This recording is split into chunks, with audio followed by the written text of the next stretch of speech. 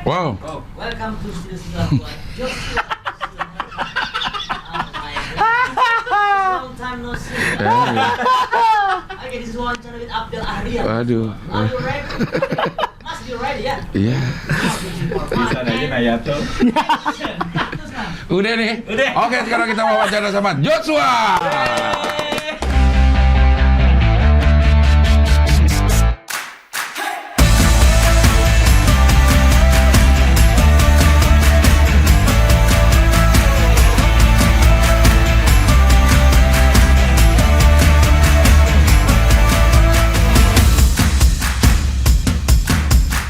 Akhirnya kesini juga sih. Berapa kali kan diituin, dikabarin nggak sempet terus. Alhamdulillah bisa sini. Terima kasih ya Joshua. Terima kasih sudah mengundang sih. Iya. Apa yang terpikir kalau gue sebut obok-obok? Pasti gedek. Lebih ke ya lah Cing Abdel udah berkarir di radio sekian lama masih gitu aja openingnya gitu. Nggak percaya karena Cing Abdel pasti lebih dalam, harus pasti menggalinya, nggak mungkin itu. Karena gue berkali-kali ngelihat ke kebosanan lo dipanggil sebagai diobok-obok gitu. Iya.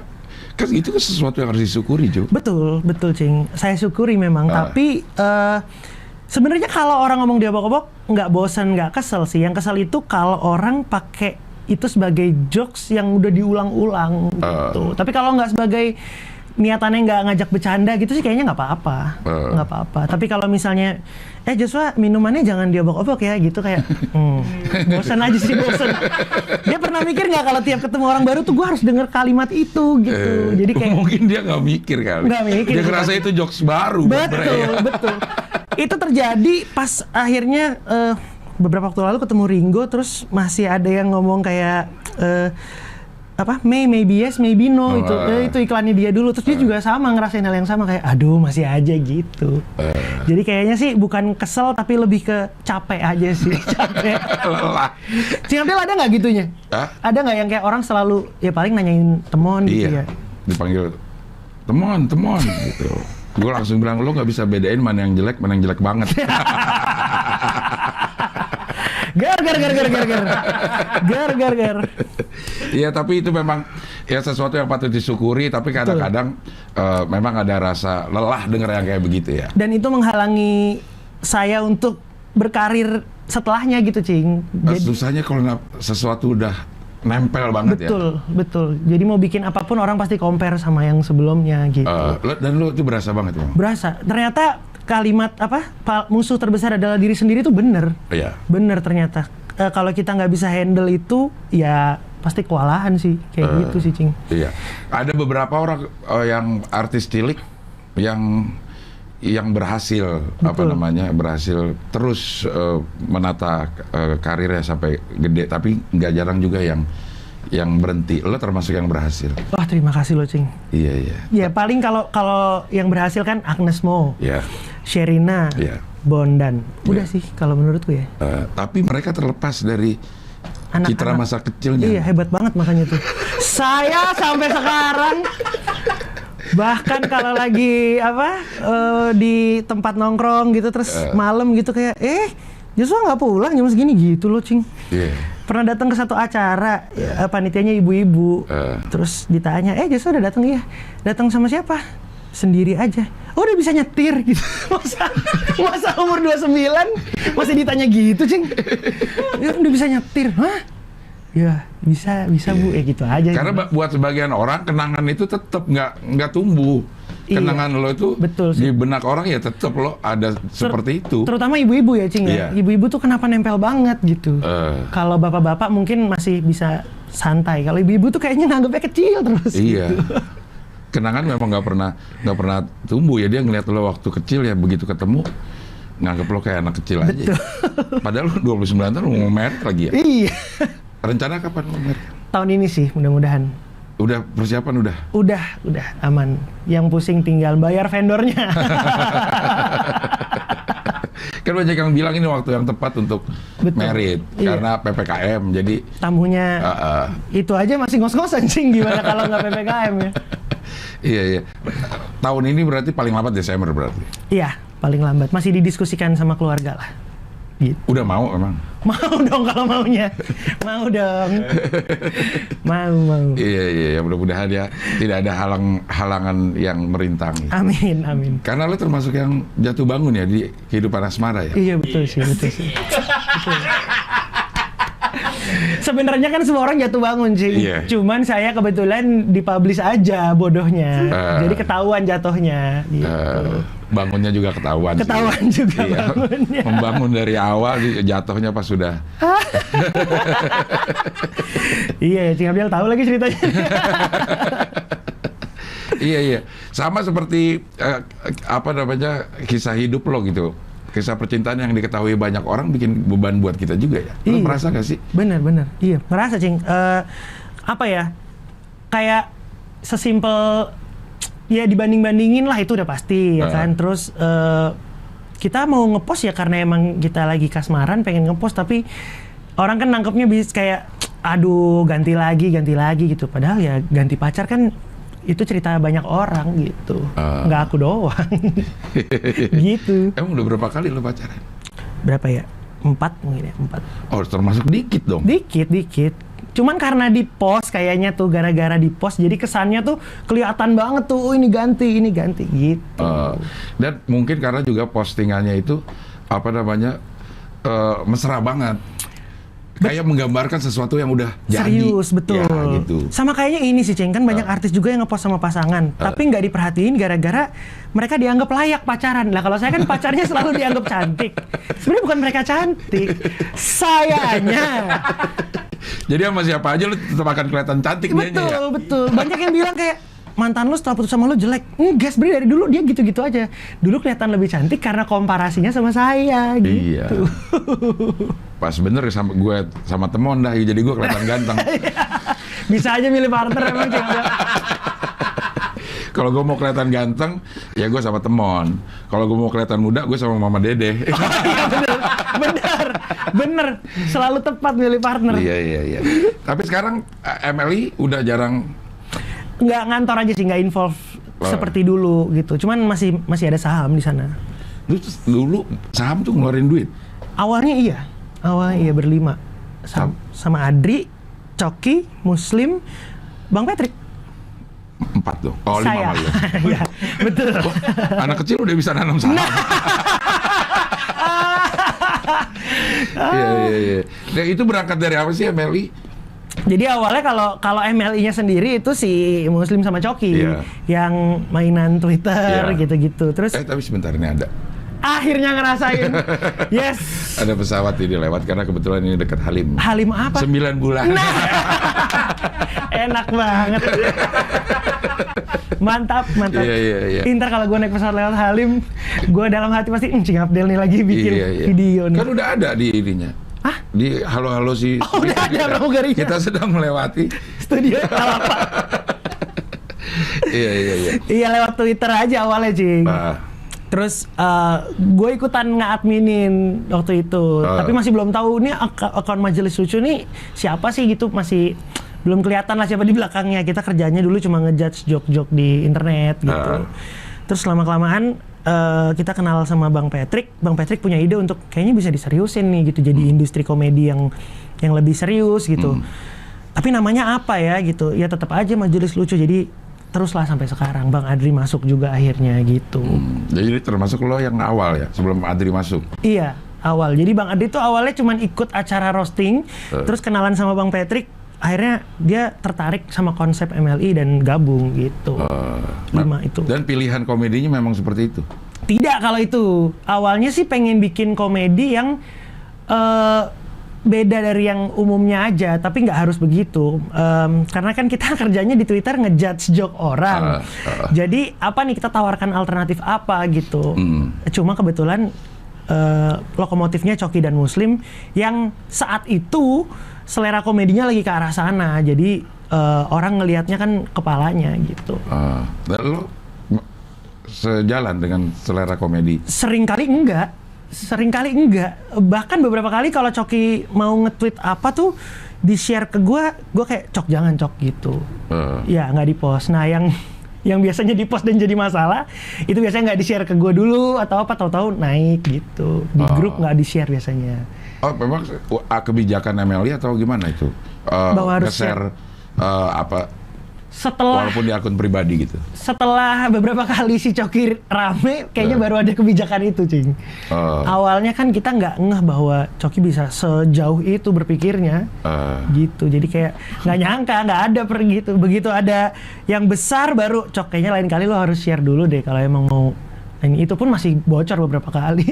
Tapi kan jualannya memang itu akhirnya. Pada akhirnya orang ngelihatnya jualannya itu, padahal nggak juga sih, Cing. Ada Dustin, ada Rispo dan lain-lain, nggak harus begitu sebetulnya, gitu. Konten yang lain juga jalan. Secara bisnis jalan memang. Jalan. Rigan juga kan tadinya kan MLI juga, Iya. begitu dengan gaya yang berbeda sebetulnya. Cuma karena itu tadi lokomotif awalnya kan Coki dan Muslim, jadi orang ngelihatnya ke situ dulu nih, gaya mainnya gimana sih? Oh gini, berarti MLI gini, padahal nggak juga. Iya. Gitu. Dan lo bergabung di komedi itu sejak kapan? Maksudnya lo terjun ke komedi ya, baik sebagai performer atau sebagai konseptor atau apa? Kalau performer 2012 tuh stand up pertama kali. Tapi sebelum itu ya kayak sering lah bintang tamu gitu, Cing, kayak di acara di Ngelaba aja pernah jadi bintang tamu beberapa kali gitu. Tapi almarhum bokap emang sangat suka dengan lawak dari dulu. Jadi kalau gua kecil tuh di mobil selalu distelin kaset Kirun dan lain-lain gitu. Nonton ketoprak humor di GKJ itu sering banget waktu kecil. Jadi emang udah sangat suka sama komedi dari kecil sih, gitu. Terus stand up, lo nyoba aja tuh ditawarin? Pertama ditawarin Metro. Metro pertama kali stand up tuh justru di TV gitu.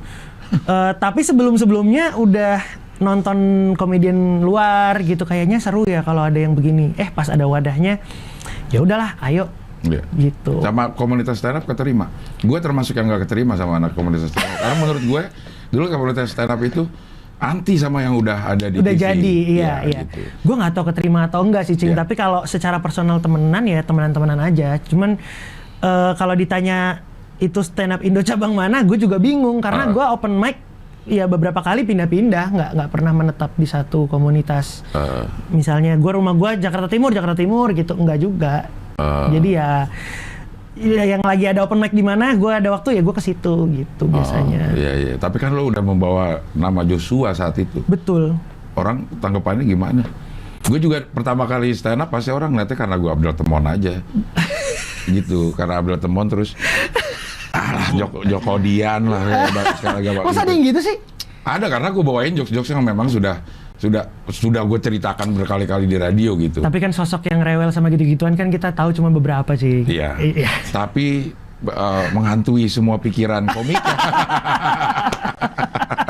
Ya kita tahu lagi siapa kan. Iya ya, mungkin saat itu juga nggak nyampe ke kuping gue atau gue bodo amat kali ya. Jadi lebih ke gue open mic pengen latihan ya latihan aja. Masalah orang mau ngomong apa saat itu gue nggak denger juga sih. Gitu. Jadi ya santai-santai aja. Dan lo seriusin Pak sebagai performer di stand up comedy? Awalnya tuh stand up comedy justru gue gunakan sebagai terapi, Cing, karena di saat karir gue setelah artis cilik itu hilang, gue butuh sesuatu untuk nggak mengalami post power syndrome. Dan komedi sangat membantu itu gitu. Jadi gue bisa berani berdamai sama diri sendiri, ngetawain masa lalu, ngetawain diri sendiri gitu. Nah, stand up tuh tadinya wadah untuk itu gitu. Tapi kemudian kan kalau yang stand up udah pernah di TV, orang nganggapnya ini karir gitu. Jadi gue nggak pernah merasa nih gue sekarang fix nih gue stand up comedian gitu. Enggak, justru gue seneng aja ngelakuinnya gitu sih, Cing. Karena itu buat terapi ya. Jadi nggak kepikiran juga itu untuk pilihan karir ya. Iya. Tapi itu sebuah seni untuk lo mengaktualisasikan diri. Betul, bahwa di situ nanti ada rezekinya, ya diterima aja, alhamdulillah gitu. Emang lo mengalami post power syndrome? Iya, bisa dibilang kalau nggak ada komedi sih bisa jadi iya, Cing. Itu berarti tahun 2012-an ya? Iya, dari SMA, mungkin dari 2008-an gitu sampai 2013-an. Itu gimana sih rasanya? Wah, gimana ya, kan gue tuh terjun ke dunia hiburan di usia 3 tahun. Dan tidak ada buku yang membedah teori tentang bagaimana menghandle fame, bagaimana bertahan di industri gitu tuh nggak ada Nggak ada teori, panduannya, nggak ya. ada panduannya. Nah Ya. suatu hari dari orang yang tadinya dilihat sama banyak mata, tiba-tiba semua orang tuh nggak ada yang memperhatikan gitu. Kalau orang tua gue mungkin saat itu tidak pintar mensiasati, bisa jadi secara mental ada damage-nya gitu. Iya. Cuma untungnya orang tua kayak dari dulu pun selalu bilang kalau enggak, kamu tuh biasa aja sama kayak yang lain gitu. Bahwa kamu bisa nyanyi ya bisa aja, tapi nggak merdu juga kan gitu. Jadi kayak orang tua selalu mempersiapkan itu sih kayaknya. Nah kalau lo menghandle-nya gimana? Ya diketawain untungnya Cing. Dan banyak sampai sekarang teman-teman seperjuangan dulu yang masih berat ngetawain itu, masih berat berdamai dengan itu. Akhirnya dia jadi kabur menghilang sejauh-jauhnya. Dia mungkin ada yang benci juga dengan dunia yang lamanya gitu. Kalau gue sih nggak benci, ya biarin aja, emang udah begitu kejadiannya ya sudah. Kalau ngakuin kita bangkrut aja itu perlu keberanian. Betul. Padahal kan nggak semua orang tahu kita bangkrut. Iya. Iya. Kayaknya sepertinya harus ada sesuatu yang dijaga gitu supaya nama kita tetap ada di atas. Betul. Kayaknya juga ini nggak sih Cing, kayak gaya hidup ya. Misalnya orang kalau karirnya naik tuh kadang gaya hidupnya pengen di-upgrade juga. Iya. Begitu dia turun, dia nggak bisa tuh nurunin lagi. Nah kalau gue untungnya dari dulu biasa-biasa aja sih. Orang tua gue mau apa nggak langsung dikasih. Iya. Gitu sih Cing. Kayaknya jadi enak lah. Jadi pas turun nggak berasa amat. Gitu. Iya. Tapi kan banyak yang bilang udah nggak laku gitu-gituan tuh. Iya. Sering banget orang. Sering. Seenteng itu ngomong gitu. Bener tapi kan. Iya. Bener dan tergantung kita ngeresponnya kan. Betul. Bener itu. Bener. Bisa kita respon dengan sakit hati, anjing emang gua udah nggak laku apa? Bisa dengan diketawain. Bisa dengan diketawain. Iya. Lo langsung bisa ada di posisi ngetawain atau ada? Enggak, berat juga. Berat, pasti berat awalnya. Walaupun gue nggak berani konfront langsung, tapi pasti nyes tuh ada Iya, gitu di sini. Aduh, kok gitu ya gitu. Tapi ya feedbacknya akhirnya berarti gue harus bisa aim paling nggak usah di level popularitas kayak dulu. Gue karena nggak pengen juga sih Cing. Yang penting adalah cukup. Kenapa lo nggak pengen waktu itu? Apa ya? Ternyata setelah gue di atas sana secara fame, secara finansial, ternyata happiness tuh nggak di situ gitu sih. Jadi begitu begitu di atas tuh rasanya ya kalau kayak gini doang mah nggak usah setinggi ini, nggak apa-apa gitu. Nah makanya gue bingung sama orang-orang yang bukan bingung ya, lebih ke pengen bilang gitu ke orang-orang kalau jangan ngorbanin semuanya supaya lo ada di sana, karena nggak worth it gitu. Di sana juga yang lo cari tuh belum tentu ada gitu sih. Jadi kayaknya kalau nyari happy nggak harus di sana kok. Di tengah-tengah aja yang penting lo bisa cukup hidup, tenang secara jiwa, itu jauh lebih membahagiakan. Ketenaran bikin jiwa nggak tenang buat lo? Buat gue sih begitu ya, apalagi kalau bukan anak-anak. Kalau anak-anak mungkin dunianya masih bisa dibatasin karena ya lo masih punya dunia sekolah, masih punya yang lain gitu, Cing. Tapi kalau udah dewasa kan persaingan juga semakin besar, apa aja bisa dilakuin, tekanan juga makin gila-gilaan. Ya kalau nggak kuat memang bahaya sih, kayaknya gitu, Cing. Gue bisa membayangkan sih, misalnya penyanyi ya, awal nyanyi pasti karena hobi. Betul. Karena senang, karena pengen nyanyi. Betul. Tapi begitu udah jadi kerjaan, dia nyanyi karena disuruh orang. Betul. Itu beda rasanya. Beda banget pasti, Cing. Kayaknya semua industri hiburan gitu deh. Iya, betul. Ngelawak juga gitu. Ngelawak juga gitu.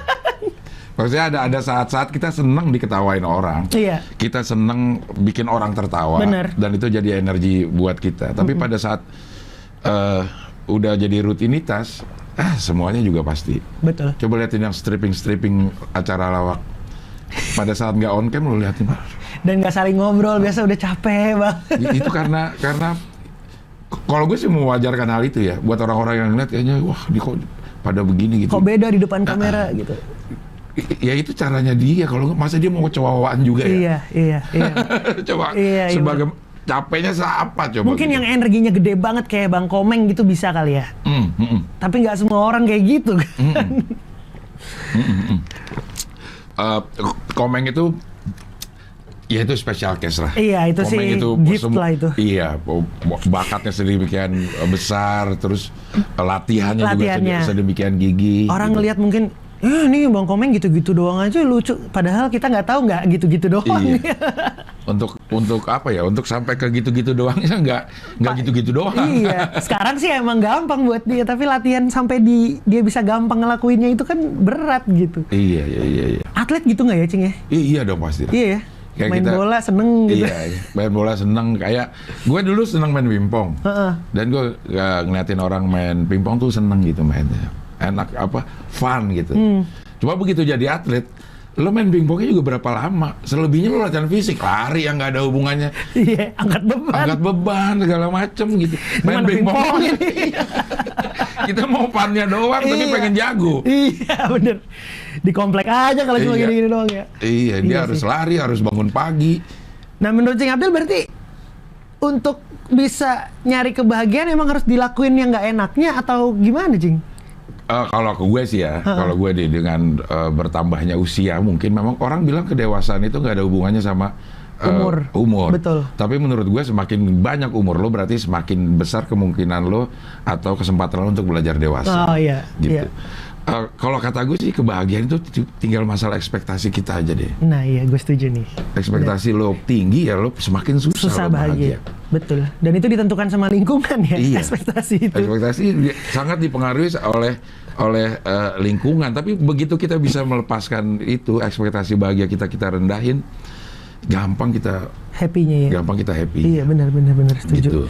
Nah, itu mungkin buat teman-teman yang obses gitu, Cing, kayak stres sendiri tuh karena kayaknya goalsnya juga terlalu jauh. Terlalu jauh. Mestinya pelan-pelan aja gitu kali. Tapi Iya orang jarang apa ya? Kan ya namanya manusia klisenya pengen semua serba instan. Betul. Dan ada orang yang punya kesempatan Rezekinya untuk instan. ya. bener. Dan biasanya, wah emang rezekinya dia nih begini nih ya gitu. Iya.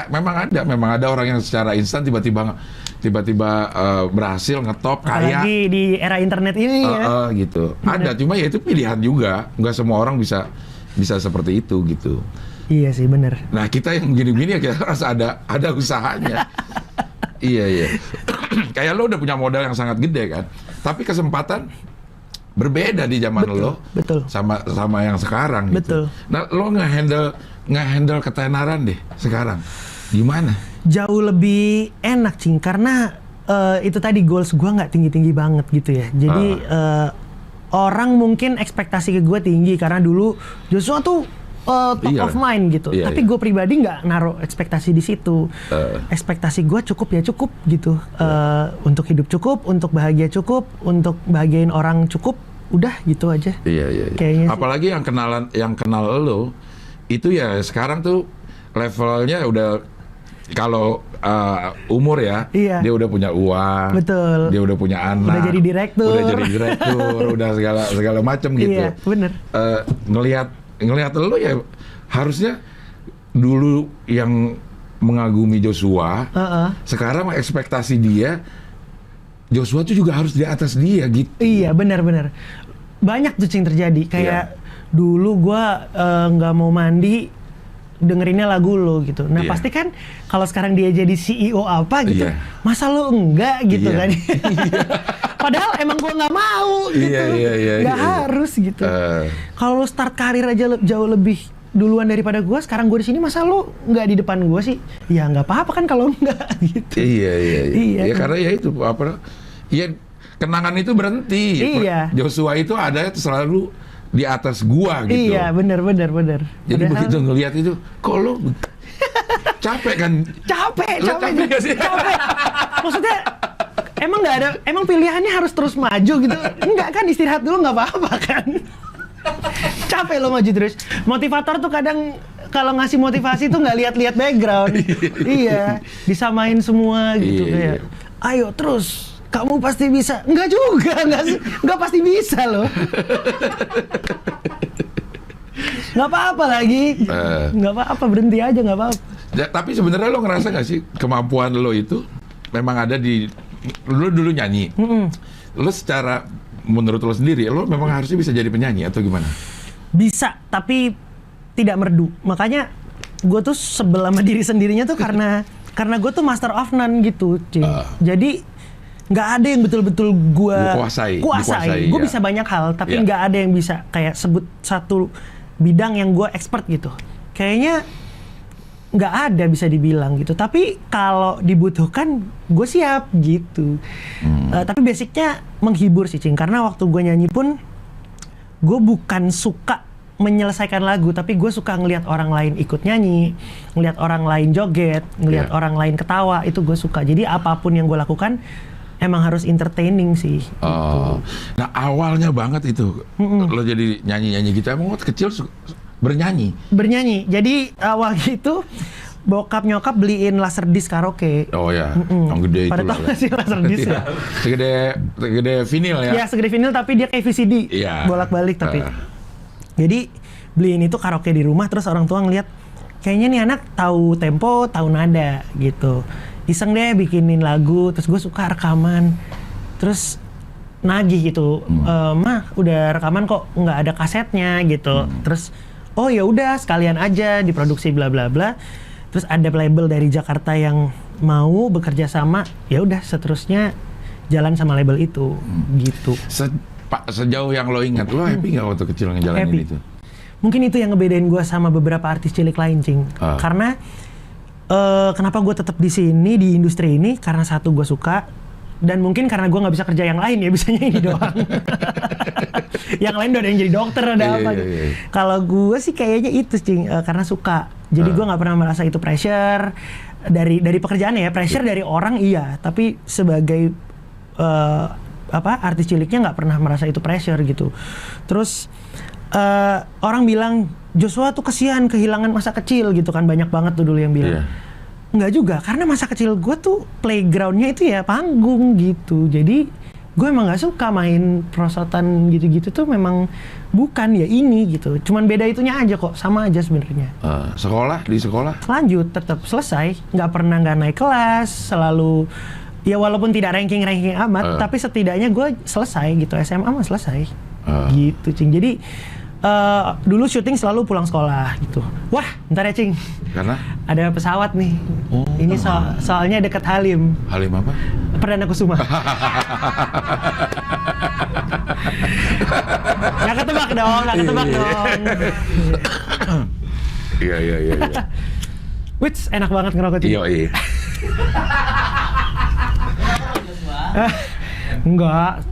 Nggak baik buat kesehatan. Iya betul. Buat yang belum jangan. Ya. Iya.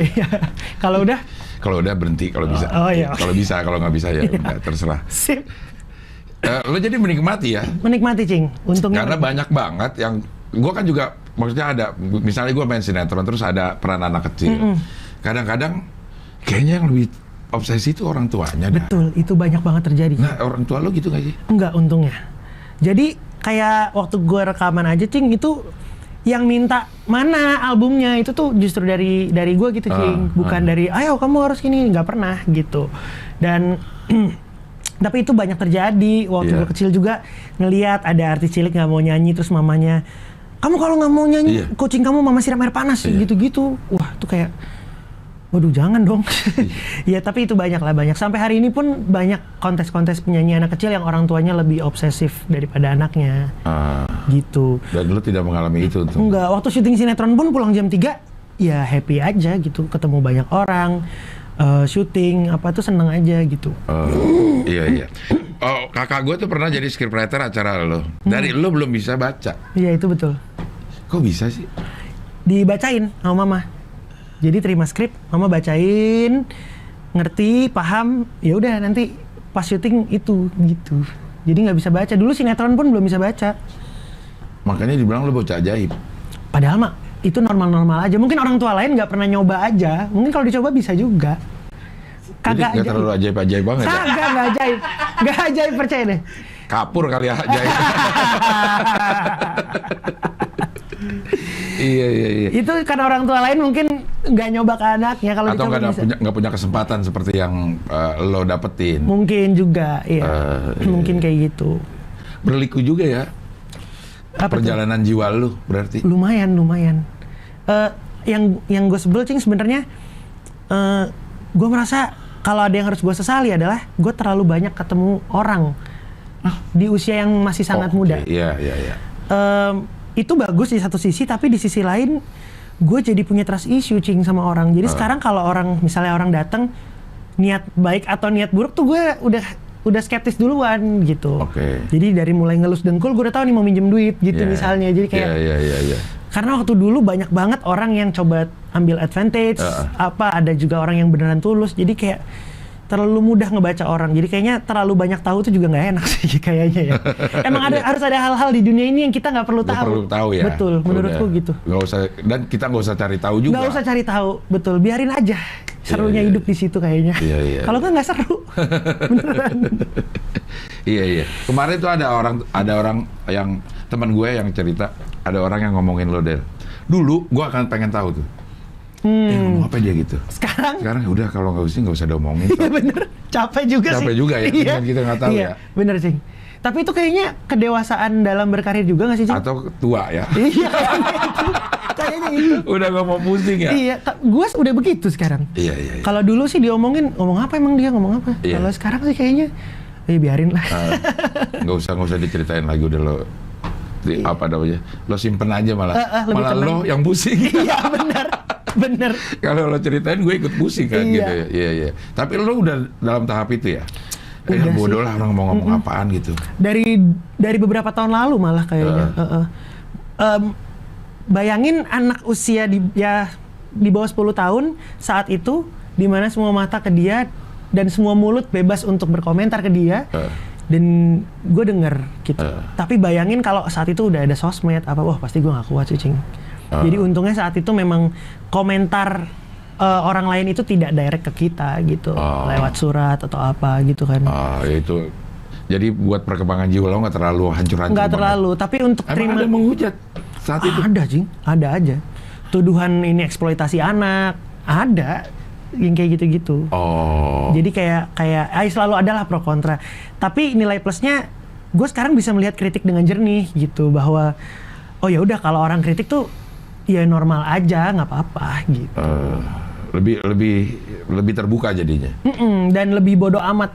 Lebih bodoh amat. Kalau mungkin beberapa teman ada yang kok yang lain suka sama gue, kok lo bisa nggak suka sih gitu. Kalau gue tuh lebih, oh ya wajar, emang ada yang suka, ada yang enggak gitu aja. Dulu pernah nggak? Dulu pernah dalam posisi yang pengen cari tahu kenapa lo nggak suka? Oh iya dulu. Karena terlalu banyak dipuji itu kan bikin kita bias ya jadinya. Iya, ya. benar. Bahaya beneran. Iya. Mungkin beberapa orang suka banget dipuji gitu, tapi Iya. itu kayak narkoba pujian itu beneran ya. Iya. Benar. Nggak usah itu, Cing. Nih, kemarin kan Olimpiade Jonathan Christie kan main. Dari waktu Asian Games lah. Terus orang-orang kan pada ngeteknya ke gue, Cing. Karena Jojo juga namanya. Salah mention gitu. Terus gue tanggepin tuh bercanda. Iya makasih, doain saya terus ya sebagai atlet gitu. Terus selamat ya Jojo gitu. Bercanda. Tapi lama-lama gue baca bercandaan itu kayak ikut bangga. Kayak gue berhasil mengharumkan nama bangsa gitu. Wah bahaya nih pujian nih. Pujian yang salah alamat aja bikin kita jadi lupa diri gitu, apalagi yang beneran. Terus kemarin gue ini, Cing, PPKM awal-awal kan kita semua lagi kesusahan.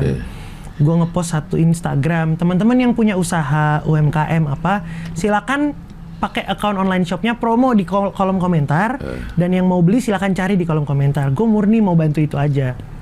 Terus banyak komennya justru bukan dagang, komennya respect Bang Jojo. Gue jadi kayak nggak ikhlas lagi loh, kayak kok gue seneng ya dipuji gitu. Jadi gimana ya, Cing ya, ngehandle pujian tuh lebih susah. Lebih susah memang. Iya. Tapi nggak apa-apa, yang dinilai orang di luar bukan hati kita. Berarti lo terus saja berbuat baik dan berguna buat yang lain. Iya. Kitanya ya kita nikmatin aja sendiri. Takut ketagihan bikin gitu, Cing. Kan tetap berguna. Orang nggak akan. Iya. Tapi hati kita kan dibaca Tuhan gimana? Jadi nggak ikhlas lagi. Iya juga sih ya. Bahaya pujian, serius dah. Kayaknya perlu, biar imbang itu emang perlu positif negatif itu sih kayaknya. Tapi kalau negatif juga kan nggak enak juga ya. Nggak enak juga. Iya, mendingan pujian juga. Pujian. Jadi emang harus balance lah. Kita harus kebal sama dua-duanya lah. Kayaknya gitu. Iya. Kadang-kadang memang orang kan dibilang bahwa ujian itu ada dua, kita dikasih musibah sama dikasih nikmat. Betul. Dan dua-duanya punya tingkat kesulitan yang berbeda, tapi punya bobot yang sama. Kalau gue lebih sulit yang kenikmatan sih. Kenikmatan malah. Karena lo kenapa? Karena waktu gue lagi karirnya di bawah, gue tuh rajin berdoa. Begitu dapat rezeki itu kadang antar dulu dah gitu. Kayaknya lebih susah yang kenikmatan dah. Kalau gue sih gitu ya. Kalau kena musibah ya kita memang banyak doa ya. Iya, kalau tertekan tuh kita pasti langsung gitu. Iya. Tapi kalau dikasih nikmat, bersyukur aja jarang ya. Bener itu. Iya. Udah minggu lalu lupa gereja lagi. Kalau lagi musibah kita doa, ya Allah ini musibah datang darimu, tolong dihilangkan. Diangkat, iya. Iya, kalau dapat nikmat, kayaknya nikmat memang datang dari gue, bukan dari dia juga. Iya, kayak emang ini hak gue gitu seolah-olah. Tapi itu ini gak sih, apa namanya, wajar gak sih sebagai manusia, Jo? Kalau menurut lo ya? Kalau menurut gue sih, emang sifat dasarnya itu kayaknya ya. Iya. Kayaknya gitu sih. Makanya diujinya pakai cara itu, sifat yang paling basic, yang paling banyak jatuh tuh orang-orang. Iya. Menjadi ada dua, katanya kalau lo mau ngeliat kualitas seseorang itu, lihat pada saat dia bangkrut dan lihat pada saat dia banyak duit. Bener. Makanya orang yang kelas menengah tuh hidupnya lebih tenang kayaknya gara-gara itu ya. Nggak terlalu banyak musibah, nggak terlalu banyak rezeki gitu. Yang enak memang kan kalau di gue dia taruh ajaran agama gue, taruh harta itu di tangan, jangan di hati. Jadi pada saat ngelepas juga kita nggak ada sesuatu yang ini. Bener sih tapi itu. Karena yang kita bawa itu hati kita gitu, bukan tangan kita. Tapi kadang-kadang itu ngegerogotin hati kita juga. Kalau kelamaan dipegang, kebanyakan. Emang begitu ya, Cing? Emang nggak boleh lama-lama. Nggak boleh lama-lama. Iya. Bahkan di agama gue ya, ini agama gue oke loh. Harta yang sesungguhnya itu adalah harta yang kita berikan ke orang lain. Itulah harta kita sesungguhnya. Gue sepakat karena ngerasain kalau kita ngasih sesuatu tuh nikmatnya di kita ternyata ya, bukan di orang lain. Iya loh itu. Ya gue kan bokap udah nggak ada, jadi tulang punggung gitu. Kadang rezeki itu gue kasih ke nyokap atau ke adik-adik gue tuh, gue jadi nggak sebanyak itu kan pegangnya. Tapi nikmatnya lebih nikmat dari kalau gue pegang semua gitu. Kenapa ya begitu ya? Itu cukup aneh ya. Aneh tapi nyata gitu. Iya. Dan sulit. Karena buat gue ada kebahagiaan yang benar-benar bahagia itu adalah saat kita bisa bikin bahagia orang yang kita sayangin. Iya itu benar. Orang yang kita sayangin bahagia karena kita, itu bahagianya kita lebih. Nggak peduli dia bahagiain kita atau enggak ya? Iya bener. Iya loh. Dan lo udah merasakan itu ya sama nyokap sama adik-adik. Apalagi nanti punya anak. Saat anak bisa senyum karena kita, ya Allah itu. Tinggal gue giniin aja sih, Cing. Ya. Anak gue. Itu bisa senyum dipaksa oleh kita. Sekalian jangan merit dong, Cing. Ini pernikahan nih sudah dekat. Ntar kalau udah jadi. Jangan merit itu tuh yang udah habis nikah loh. Oh gitu ya? Oh gitu ya? Kalau di agama gue, emang oke agama gue.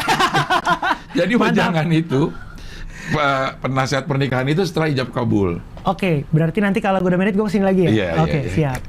Oke. Belum. Jadi kisi-kisi juga nggak boleh ya? Ntar aja ya? Ntar aja ya, siap. Iya, tapi kisi-kisi adalah, kalau menurut gue, yang rata-rata yang terjadi sama teman-teman gue, pernikahan itu jadi, apa ya namanya ya, jadi target akhir, seakan-akan. Padahal itu permulaan. Awal justru ya? Iya. Karena begitu udah selesai, lo dari awal pacaran banyak yang lo lo perjuangkan dari memperjuangkan tuh cewek mau sama kita, duitnya memperjuangkan supaya keluarganya mau sama kita, memperjuangkan dia masuk ke keluarga kita, ke teman-teman kita.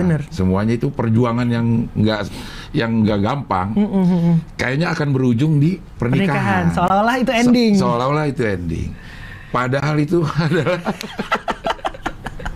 tapi awal dari apa ya namanya, tanggung jawab yang lebih gede, Jo. Iya, tapi nikmat dong, Jing. Nikmat kan. Pada saat kita bisa menundukkan segala tantangan, itu kan ada kenikmatan. Betul. Nggak tahu bener atau enggak, tapi kalau gue ngerasa nikah itu karena bahagia, bukan supaya bahagia. Iya. Karena kalau menggantungkan kebahagiaan ke pernikahan, ntar kitanya belum bahagia nyalainnya pernikahan ya, padahal pernikahannya oke-oke aja gitu sih takutnya. Jadi lo menikah Karena sudah bahagia. karena sudah bahagia dengan orang ini. Iya gitu sih, bukan gua nggak happy nih nikah biar happy gitu, bukan gitu. Tapi kayaknya nih kalau buat gue ya nikah tuh melengkapi kebahagiaan yang udah gue punya gitu. Begitupun pasangan gue sih, Cing.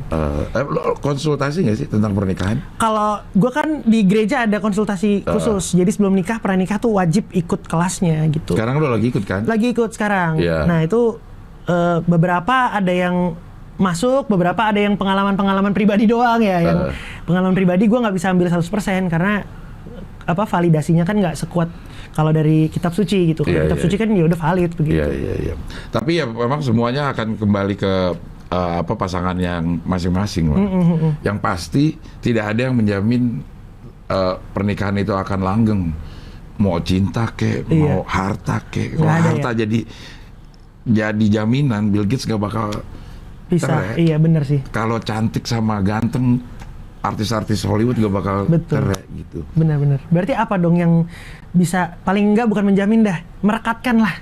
Kalau gue ya, kalau gue itu adalah kelegoan kita untuk diambil sebagian haknya oleh pasangan kita ya, kompromi. Kompromi ya, oh ya benar berarti ya. Lo rela untuk dilarang, rela untuk berkurang waktu main, rela untuk melakukan hal-hal yang selama ini lo lakukan, tapi ternyata tidak membuat si pasangan kita senang. Oh, begitupun dia sebenarnya. Begitupun dia gitu. Ini jadi serius ya jadinya, nggak wawancara nih, wawancara beneran nih. Wawancandu jadinya. Tapi sekarang lo kesibukan apa nih? Belakangan ini sih fokus di banyak menyita pikiran pernikahan emang. Karena agak ribet di pandemi ini, sebenarnya justru lebih ribet persiapannya. Tapi ini lagi jalan film juga dan Yowis Band udah selesai, tinggal tayang. Yang tiga udah selesai syuting, tinggal nunggu bioskop buka. Oh tapi itu memang mau ditayangin di bioskop? Iya pengen di bioskop. Nggak yang OTT gitu? Produsernya masih pengen di bioskop sih, jadi kayaknya lain rasanya ya? Beda banget. Apalagi Yowis Band kan memang kuat di daerah di Jawa, jadi kayaknya budaya kayak nonton wayang, nonton ketoprak, nonton ludruk itu tuh pengen dipindah ke bioskop. Kalau di OTT nggak bisa. Iya. Itu jadi itu sama ada satu film komedi juga, biopik tentang sebuah legenda lawak Indonesia yang mau gue kerjain akhir tahun ini. Dan lo jadi salah satunya. Iya. Gitu. Kalau secara ekonomi, finansial, 2 film cukup nggak sih untuk setahun? 2 film setahun? Kalau buat gue pribadinya mah cukup, Cing. Cukup. Yang nggak cukup berarti. Itu kan karena gue nggak sendirian. Karena gue punya keluarga. Nanti kalau gue menikah, gue punya istri, punya anak gitu. Itu pasti harus bekerja lebih ekstra lagi, gitu sih kayaknya. Kalau Hollywood mah cukup. Kalau Hollywood cukup. Joe Taslim tuh udah cukup sih kayaknya. Mau 5 tahun satu film cukup. Cukup ya. Kalau kita masih belum bisa ya. Belum sih. Kalau bisa ngambil stripping. Bodoh deh habis itu dibilang artis stripping nggak bisa main film, nggak apa-apa. Tukang bubur berapa episode, Cing Abdel? 2000 berapa gitu. Nah kan, nggak main film nggak apa-apa dong. Nggak apa-apa. Sering loh gue ditawarin main layar lebar deh. Nggak, bayarannya sempit. Layar doang lebar ya. Bener itu. Karena gue akan hitung berapa waktu yang gue habisin untuk syuting itu. Tinggal gue kaliin lah, harusnya gue dapat berapa di sinetron. Tapi pasti ada orang yang bilang, Cing Abdel berarti bukan seniman nih, ngelihatnya uangnya pasti ada ya. Pastilah, kan gue juga nerima kerja dengan berbagai macam prioritas. Betul. Kadang gue nerima yang bayarannya kecil, tapi itu menyenangkan buat gue. Gitu. Oke. Stripping misalnya, buat gue tidak menyenangkan. Tapi uangnya senang. Iya, benar. Bisa dibayar dengan uang gitu. Iya. Untuk menggantiin perasaan gue yang tidak senang, itu bisa lo ganti dengan bayaran yang cukup gitu. Waktu syuting nggak seneng, tapi waktu tiap hari Jumat masuk 4 episode kan seneng dong. Iya kan, benar. Iya, jadi ya itu aja realistis aja. Benar. Ada hal-hal yang kita kayak orang punya hobi gimana sih? Iya. Mancing berapa lama ngabisin waktu dan berapa lama lo ngeluarin duit. Betul. Dibanding sama kerja ya. Ada temen gue yang punya hobi mancing, dia milih mancing daripada kerja. Karena ada sesuatu yang tidak didapatkan dengan mancing gitu. Dan itu nggak bisa dibeli. Iya benar. buat apa idealis respect kalau kelaparan juga kan bingung juga ya. Benar. Iya, benar sih, benar. Jadi stripping, ayo sebenarnya. Oke. Tolong ya, saya udah lama banget nggak stripping. Stripping itu ya, kalau gue ya ngerasa, kalau udah mulai begitu di calling kita tuh semangat tuh, tapi udah masuk 100 episode, udah ngeluh. Iya kan? Bener iya. Bener. Kayak gue kebanyakan scene-nya nih. Iya, kalau nggak syuting, aduh kapan di calling?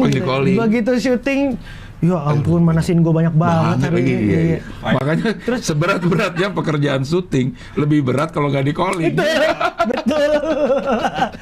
Mas ya, Cing Abdel masih gitu nggak sih kalau hari itu satu scene kayak pulang cepet, mantap iya. gitu ya pasti ya. Ya terakhir gue syuting stripping. Seneng, scene-nya apa? Ada sebutannya di tukang bubur itu scene sedekah. Scene-nya itu numpang lewat masuk masjid. Udah dihitung 1 episode. Udah, bayaran full. Bayaran. Ya elah scene sedekah dapat aja. Iya. Tapi awal-awal ya kayak gitu. Di calling, aduh dikit banget scene gue cuma segini. Iya, masih. Takut dihilangin deh. Tapi udah 100 episode. Mantap satu scene doang. Gosip-gosip juga udah nggak enak. Udah, iya. Mau lama di lokasi juga udah nggak enak. Dari mulai nggak akrab sampai nggak akrab. Sampai nggak akrab lagi gitu. Dari nggak kenal berantem. Saling ngomongin aja. Cuman memang begitu ya apa. Gue juga kan baru juga ada di lingkungan seperti ini. Gue baru masuk ke TV itu 2007. 2007. Jadi termasuk relatif baru sebenarnya. BBM ya? Iya di BBM 2006-2007 jadi relatif baru dan gue suka terkaget-kaget sama ternyata begini ya yang gue lihat di TV hasilnya ngerjainnya tuh seribet ini gitu dan memakan makan mental kita juga. Tapi saat itu BBM memang ribet, Cing? Enggak dong? Ribet kan live juga kan? Live. Tapi kan gue nggak tahu sama sekali kehidupan TV gitu. Iya, ada readingnya. Ada readingnya gitu. Harus datang jam segini segala macem gitu. Belum dibayar telatnya. Gitu. Banyak banget kan. Ya udah nongol tiap hari di TV di kampungnya bilang TV. Padahal belum dibayar-bayar. 3 bulan, 4 bulan. Banyak yang udah minjemin duit ke temennya juga banyak. Padahal dia belum terima honor. Iya. Ya itu menghandle ketenaran tidak semudah itu. Tidak semudah itu, benar sih. Siapa sih cerita orang yang dari bukan siapa terus dapat ketenaran terus hidupnya secara overall gitu lebih baik, dia akui bahwa saya lebih baik, saya lebih bahagia. Kayaknya belum ada cerita itu ya, Cing. Rata-rata ya secara finansial sih lebih baik, tapi gitu pasti ada gitunya. Kalau lagi ngomong off kamera pasti lo nggak tahu aja gue. Nah iya, itu sering banget kan kita denger. Iya. Ada orang viral gara-gara satu video TikTok misalnya. Dia dipanggil sana sini. Pasti orang ngiranya wah hidupnya lebih baik gitu. Tapi yakin deh kalau ditanya, nggak semenyenangkan itu juga sih. Pasti gitulah.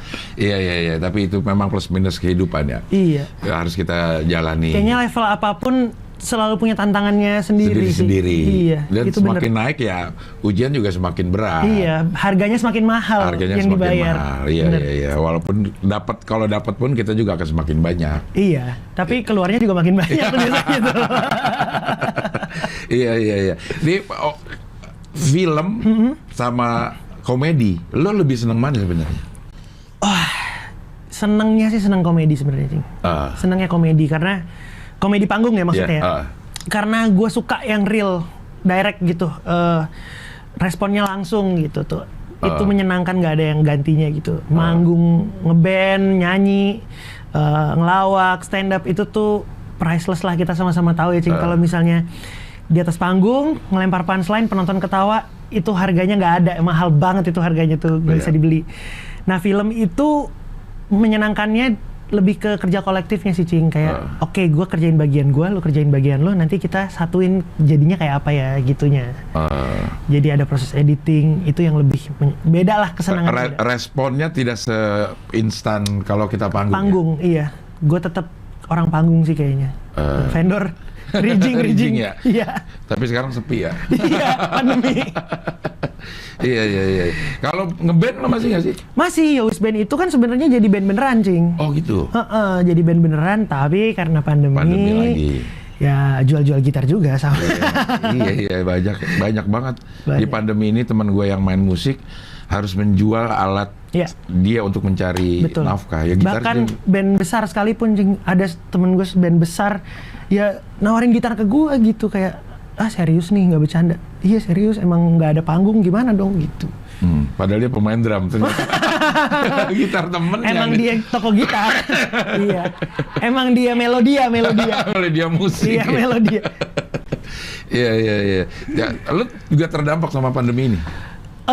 Terdampak di satu bidang, tapi ya karena saya si murahan bisa kemana aja. Ada MLI juga yang ternyata naik di saat Pandemi, ya? betul. Jadi ya ada aja sih rezeki sih untungnya. Walaupun memang lebih banyak kalau nggak pandemi gitu. Tapi masih bisa lah, masih bisa. Iya. Sebenarnya yang terdampak tuh kayak kru gitu sih. Iya, benar. Kru itu, Cing, terus vendor, rigging, sound system itu. Makanya banyak musisi yang mensedekahkan hartanya ke mereka juga gitu. Nah, kalau di MLI lo sebagai apa nih sekarang?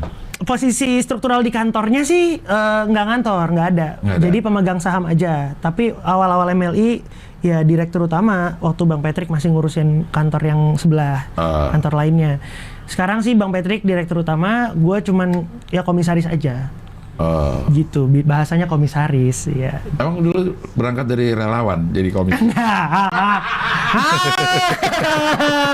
Berangkat dari relawan MLI. Oh iya, awalnya kan nggak dibayar. Iya benar. Iya, MLI awalnya kan nggak ada duitnya. Iya.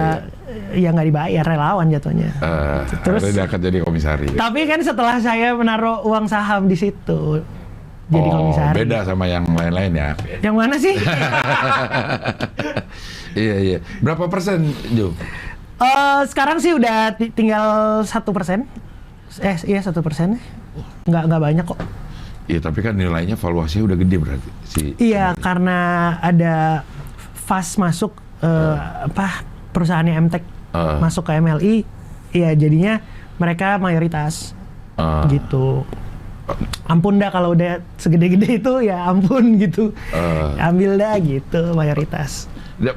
Berbeda nggak waktu lo ngerjain MLI sendiri sama dia ngucurin dana ya MTech? Iya gitu, jadinya dia nyuntik.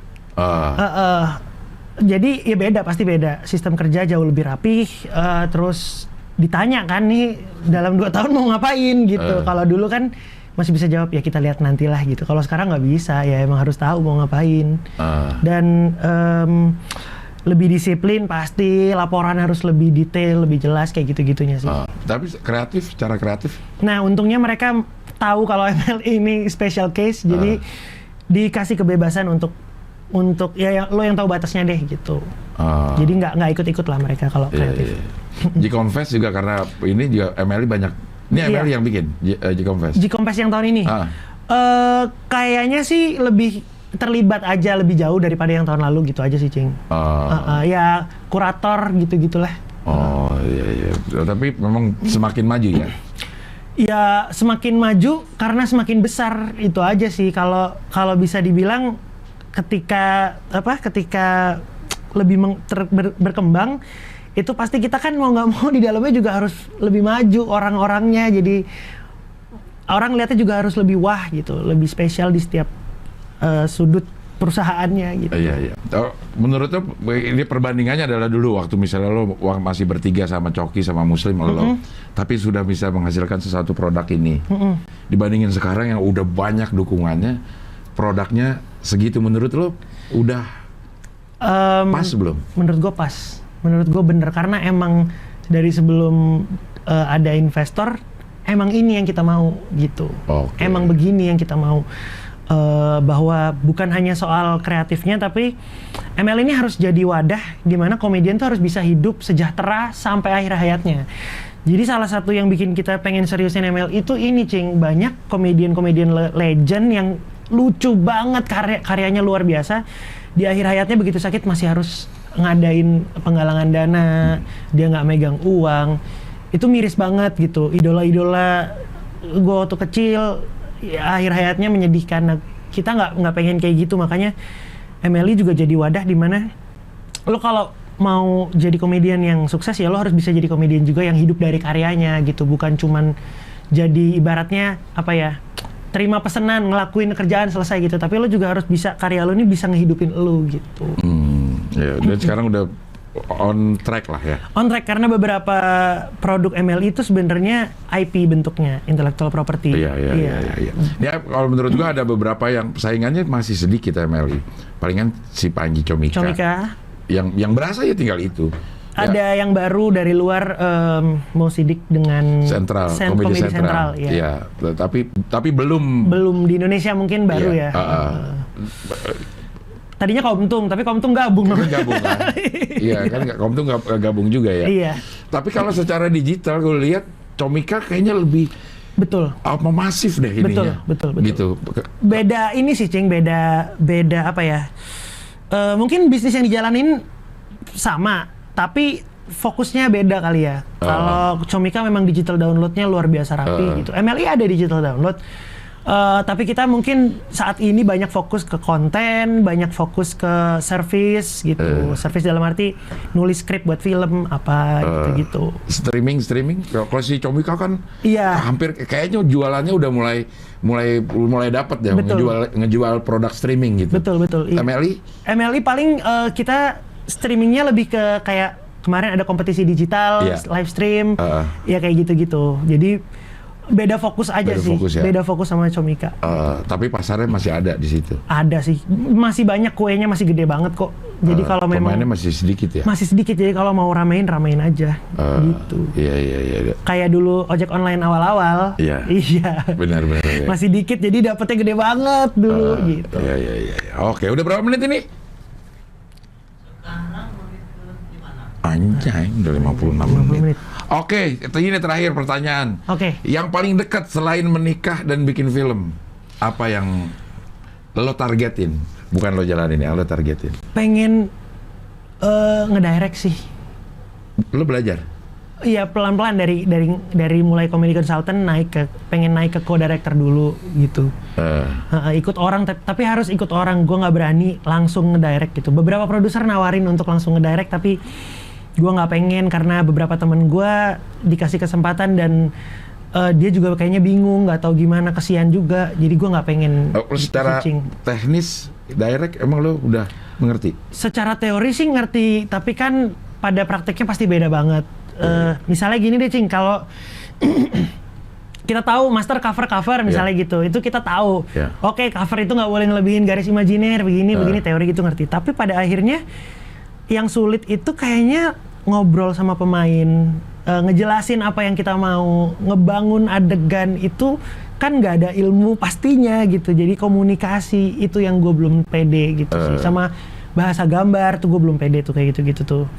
Kalau lo pengen dapet emosi yang sedih tuh gambar lo harus gimana. Kalau blocking yang enak dilihat tuh gimana gitu-gitunya, Cing. Iya. Tapi ngedirect pengen. Iya. Belum lagi itu tanggung jawab pada saat ini ya, pada saat action. Di luar action juga banyak loh. Banyak banget. Sama unit. Betul. Sama properti. Astrada. Iya, semuanya pasti persetujuan kita kan. Katanya bahkan lo harus bisa mempertanggungjawabkan setiap frame yang ada di film lo gitu. Bahkan cuman satu frame kalau ada boom bocor, lo harus bisa pertanggungjawabkan itu. Kenapa ada boom di situ gitu. Jadi itunya yang gue belum siap. Dan mungkin secara teknis lu udah mengerti cara ngambil gambar yang bagus itu seperti apa. Iya, yang enak tuh framing tuh seberapa mungkin kita tahu. Bisa ngerti ya. Tapi ngedirect sebuah tim produksi kan harus si sutradara. Itu rasa itu yang kayaknya nggak bisa dibeli itu, nggak bisa dicari. Emang harus nggak harus dicari gitu. Tapi lu jadi Astrada pernah? Pernah beberapa. Astrada pernah setelah comedy consultant jadi Astrada. Nextnya pengen jadi co sih tapi. Director ya. Kocluk. Oke lah kalau begitu, terima kasih Joshua. Terima kasih Cing Abdel. Sudah hadir di sini. Mudah-mudahan pernikahannya berjalan dengan lancar. Amin. Mohon doanya semuanya. Mudah-mudahan sehat terus. Sebentar sebelum ditutup, Cing. Ada suara pesawat nih. Kok ada pesawat? Soalnya ini dekat Halim. Halim apa? Apa ya punchline-nya ya? Oke, terima kasih Jo ya. Terima kasih. Iya, sampai ketemu lagi di wawancara dengan tamu berikutnya. Alright.